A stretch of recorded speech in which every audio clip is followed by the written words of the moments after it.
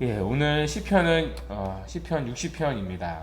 시편 60편도 이 부제가 있는데요. 자, 여러분 부제를 보시면 뭐라고 되어 있죠? 좀 길게 되어 있는데요. 그 중반부터 보시면 다윗이 아람 나하라임과 아람 소바와 싸우는 중에 요압이 돌아와 에돔을 소금 골짜기에서 쳐서 12,000명을 죽인 때에, 자, 표제어만 보면 여러분 어떤 분위기가 느껴지죠? 승리의 분위기가 느껴집니다. 다윗의 군대 장관 요압이 에돔의 군사 12,000명을 죽인 승리의 상황입니다. 자, 그런데 막상 본문을 보면요, 자, 어떤 분위기가 감돕니까? 자, 패배의 기운이 감돌고 있습니다. 자, 1절을 한번 보시면 하나님께서 우리를 버려 흩으셨고 분노하셨다고 말합니다. 또 2절에 보면요, 하나님께서 땅을 진동시켰다고 말하고요. 또 3절에 보시면 하나님께서 주의 백성에게 어려움을 보이셨다고 말하고요. 또 이어서 비틀거리게 하는 포도주를 우리에게 마시게 하셨다고 말합니다. 또 10절에 가서 보면 10절에서도 하나님이 우리를 버리셨다고 말합니다. 그러니까 본문의 내용은요, 패배의 기운이 감돌고 있습니다. 이 패배의 상황에서 하나님께 부르짖는 기도가 본문의 내용이죠. 자, 그러니까 자, 표제어의 상황과 본문의 상황이 지금 다른 겁니다. 자, 표제어는 승리의 분위기입니다. 자, 그러나 막상 본문을 열어보니 패배의 분위기입니다. 그러니까 표제어의 상황과 본문의 상황이 맞지가 않습니다. 자, 그래서 사실 오늘 시편은요, 이 부분이 가장 난해합니다. 그러니까 표제어와 내용이 사실 맞지가 않습니다. 자, 그러면 이 모순을 어떻게 설명할 수 있을까? 자, 아마 이 시편의 배경은요, 사무엘하 8장일 것입니다. 그러니까 사울에게 오랜 세월 쫓기던 다윗은 결국 하나님의 섭리 속에서 온 이스라엘의 왕이 되었습니다. 자, 왕이 된 다윗은 이스라엘 주변 국가들을 하나씩 정복해 나갔습니다. 자, 그러다가 다윗은 멀리 있는 아람을 정복하기 위해 군사들과 원정을 나갑니다. 자, 그때 에돔이 틈을 타서 이스라엘을 공격합니다. 그러니까 허를 찌른 거죠. 자, 그래서 이스라엘은 일시적인 패배를 당했습니다. 자, 이때 쓰여진 시가 바로 시편 60편입니다. 그러니까 이 패배의 상황에서 다윗은 하나님께 기도하는 것입니다. 자, 그것이 시편 60편 본문의 내용입니다. 자, 그러면 이 표제어의 분위기는 무엇인가? 자, 이 표제어는요, 전쟁의 결과만 기록한 것입니다. 자, 이 전쟁의 결과가 어땠느냐? 자, 다윗은 이 위기를 해결하기 위해 요압을 이제 이스라엘에 바로 보냅니다. 그리고 군대 장관이었던 요압은 이제 에돔의 군대를 격파하고 12,000명을 죽였습니다. 자, 그런데요, 이 사무엘하 8장 13절에 보면 이때 죽인 군사들이 18,000명으로 되어 있습니다. 그러니까 오늘 표제어의 기록과 차이가 있는 거죠. 아마 다른 전투까지 포함해서 계산된 수일 수 있습니다. 자, 아무튼 요압은 에돔의 군대를 격파하고 이스라엘에게 승리를 가져다 주었습니다. 자, 그리고 표제어는 이 승리의 결과만 적어 놓은 거죠. 자, 그런데 이 본문의 내용은 승리하기 전에 에돔이 이스라엘을 공격했을 당시의 상황을 기록한 것입니다. 에돔의 공격으로 이스라엘이 일시적인 패배를 당했다는 소식을 다윗이 듣습니다. 그래서 다윗은 서둘러 이스라엘에 요압을 보냅니다. 요압을 보내놓은 후에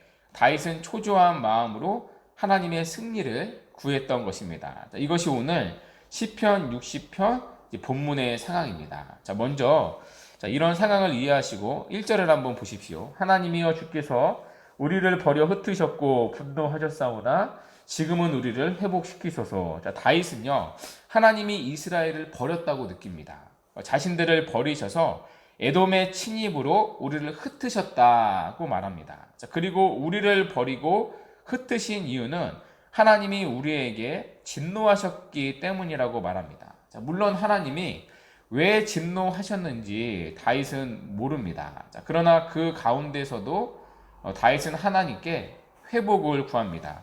자, 이어서 2절과 3절을 보십시오. 다윗이 느끼는 패배의 참상이 적나라하게 묘사되고 있는데요. 2절에 보시면 주께서 땅을 진동시켰다고 말합니다. 그러니까 에돔과의 전투에서의 패배가 다윗에게는 마치 지진처럼 느껴졌다는 거죠. 자, 그리고 3절에 보시면 그 패배로 인해 포도주에 취한 것처럼 비틀거린다고 말합니다. 자, 그만큼 전쟁에서의 패배로 인해 다윗의 마음이 심히 흔들렸다는 것입니다. 자, 그런 상황에서 다윗이 뭐라고 외칩니까? 자, 4절인데요. 주를 경외하는 자에게 깃발을 주시고 진리를 위하여 달게 하셨나이다. 자, 여기 보면 깃발을 흔들고 깃발을 달게 하셨다. 그러니까 깃발이라는 단어가 나오는데요.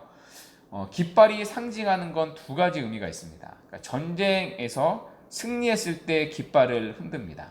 자, 또 하나는요. 패배의 기운이 감돌아서 다 뿔뿔이 군대가 흩어져 버리고 있을 때 그때도 깃발을 듭니다. 자, 그때 드는 깃발의 의미는 무엇이냐? 흩어진 군대를 다시 모을 때 깃발을 듭니다. 자, 그러면 왜 군대를 다시 모을까요? 다시 승리를 하기 위해서죠. 자, 그러니까 조금 다른 겁니다. 그러니까 첫 번째 깃발을 흔드는 의미는 결론적으로 승리했을 때 승리의 깃발을 드는 거고요. 두 번째는 지금은 패배해서 흩어진 것 같지만 앞으로 승리를 위하여 다시 모여라 할 때 깃발을 듭니다. 자, 그러면 둘 다 상황은 조금 달라도 결국엔 무엇을 위한 깃발이죠? 둘 다 승리를 위한 깃발입니다. 그러니까 지금 우리 인생이 패배하는 것 같고 지는 것 같고 뿔뿔이 흩어지는 것 같지만 하나님은 깃발을 들게 하시는 분이라는 것입니다. 자, 하나님은 결국에는 우리에게 승리를 주시는 분이라는 것이죠. 그러니까 다윗은 지금 이것을 확신하는 것입니다. 어떤 상황에서요? 에돔의 침입으로 인해 뿔뿔이 흩어지고 패배를 당하는 상황에서요. 자, 그럼에도 불구하고 하나님은 우리에게 깃발을 들게 하시는 승리의 하나님이라는 사실을 확신하는 것입니다. 자, 그래서 5절에서 다윗은 이렇게 기도합니다. 주께서 사랑하시는 자를 건지시기 위하여 주의 오른손으로 구원하시고 응답하소서. 하나님의 구원을 기도하고 있는 거죠. 왜냐하면 하나님은 우리에게 승리를 주시는 분이기 때문입니다. 그러니까 비록 지금 우리의 상황이 버림받는 상황일 수 있지만 그러나 하나님께 돌이키면 결국에 하나님은 우리로 하여금 승리의 깃발을 들게 하시기 때문입니다. 자, 그러니 하나님 주의 오른손으로 구원하시고 응답해 달라고 기도합니다. 자, 그리고 하나님은 다윗의 이런 기도를 응답해 주셨습니다. 자, 그것이 6절부터 8절까지의 내용인데요. 자, 6절부터 8절에서 하나님은 이스라엘에게 승리의 약속을 주십니다. 자, 먼저 6절부터 7절에 보면 많은 지명이 나오는데요. 6절에 세겜, 또 숫곳이라는 지명이 나옵니다. 자, 세겜은 요단 서편에 있는 땅입니다. 또 숫곳은요, 요단 동편에 있는 땅입니다. 자, 그러니까 이 두 곳은 요단 서편과 동편을 대표하는 땅입니다. 그러니까 서쪽과 동쪽이죠. 이 두 곳은 모두 하나님께서 이스라엘에게 주신 땅입니다. 자, 이어서 6절에 보면 길르앗과 이제 므낫세가 나오는데요. 자, 길르앗은 7절이죠. 7절에 보면 길르앗은 요단 동편의 이스라엘의 땅이었습니다. 그러니까 대개 므낫세 지파가 살고 있었습니다. 자, 이어서 7절에 보면 7절이죠.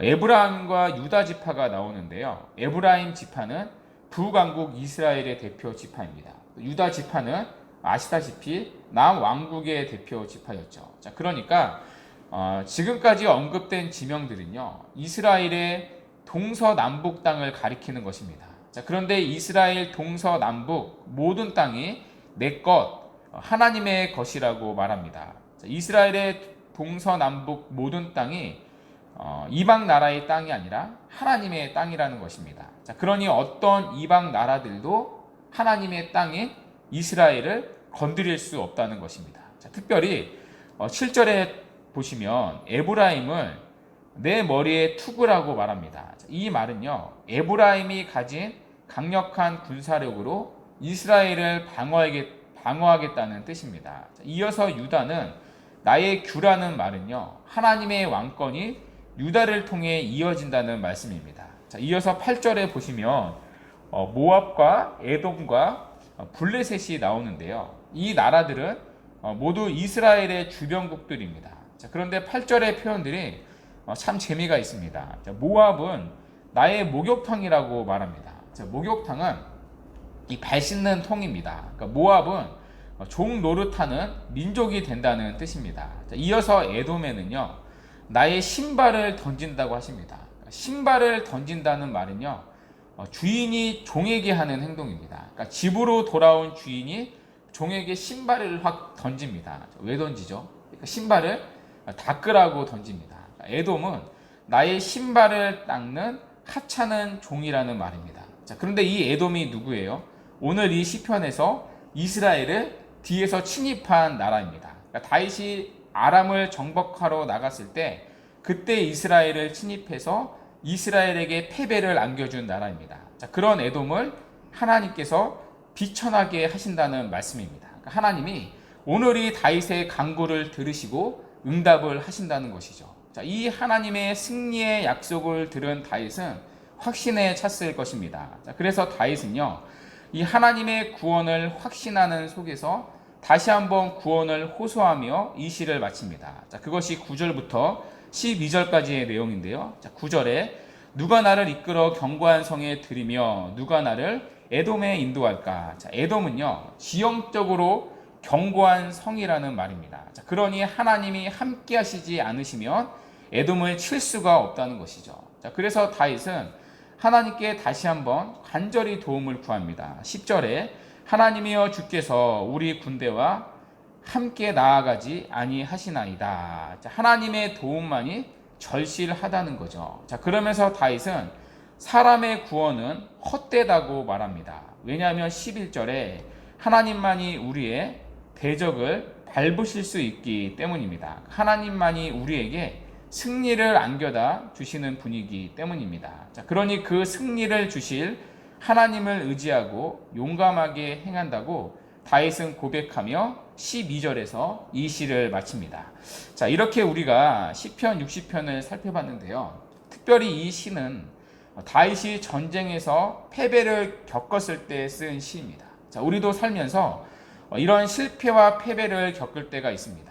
자, 그래서 마치 다윗과 같이 하나님이 나를 버리신 것 같고 하나님이 나와 함께 하시지 않는 것처럼 느껴질 때가 있습니다. 자, 그러나 우리는 그런 실패의 자리에서 낙심하고 끝나는 인생이 아닙니다. 우리는 실패의 현장에서도 흔들 승리의 깃발이 준비된 자입니다. 자, 왜냐하면 우리가 믿는 하나님은 여호와 니시, 승리의 하나님이시기 때문입니다. 자, 그러므로 우리는 실패의 현장에서도 하나님이 주실 승리의 깃발을 바라보는 자입니다. 승리를 주실 하나님을 바라보며 실패의 자리에서도 하나님을 끝까지 의지하며 일어서는 자들입니다. 그러니까 다른 사람들이 끝났다 말한다 할지라도 우리 스스로도 안 되겠다 생각이 들지라도 우리는 그 끝난 자리에서 새롭게 일하실 하나님을 믿음으로 바라보는 자입니다.